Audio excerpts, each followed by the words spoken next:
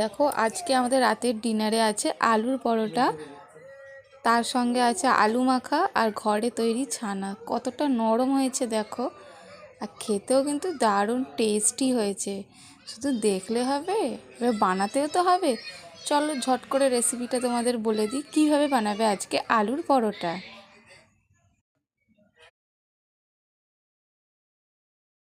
তো আলু সেদ্ধ করে নিয়েছি আমি প্রেসার কুকারে।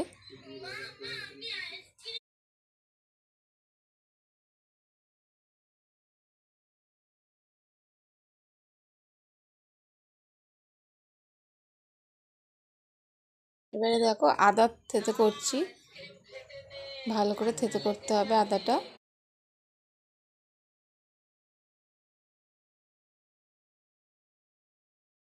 দেখো কড়াতে আমরা একটু জিরে নিয়েছি, জিরেটাকে দেখো গুঁড়ো করে নিচ্ছি।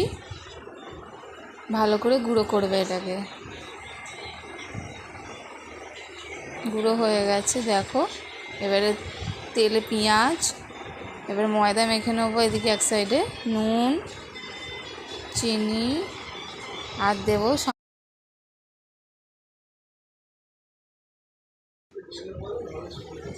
দেখেছো তেল দিয়ে ময়দাটা ভালো করে মাখতে হবে। জল দিয়ে দিলাম, দিয়ে ময়দাটা মাখছি, ভালো করে ঠেসে ঠেসে ময়দাটা মেখে নেবে। এবারে আলুর পুর রেডি আমাদের। এবারে একটু একটু করে আলু মাখাটা দেব, দিয়ে ওর মধ্যে এটাকে ভরবো। দেখো কিভাবে আমি এটাকে আলুর পুরটা দিয়ে ভরছি। তোমরা এরমভাবে ঘরে বানাবে আলুর পরোটা।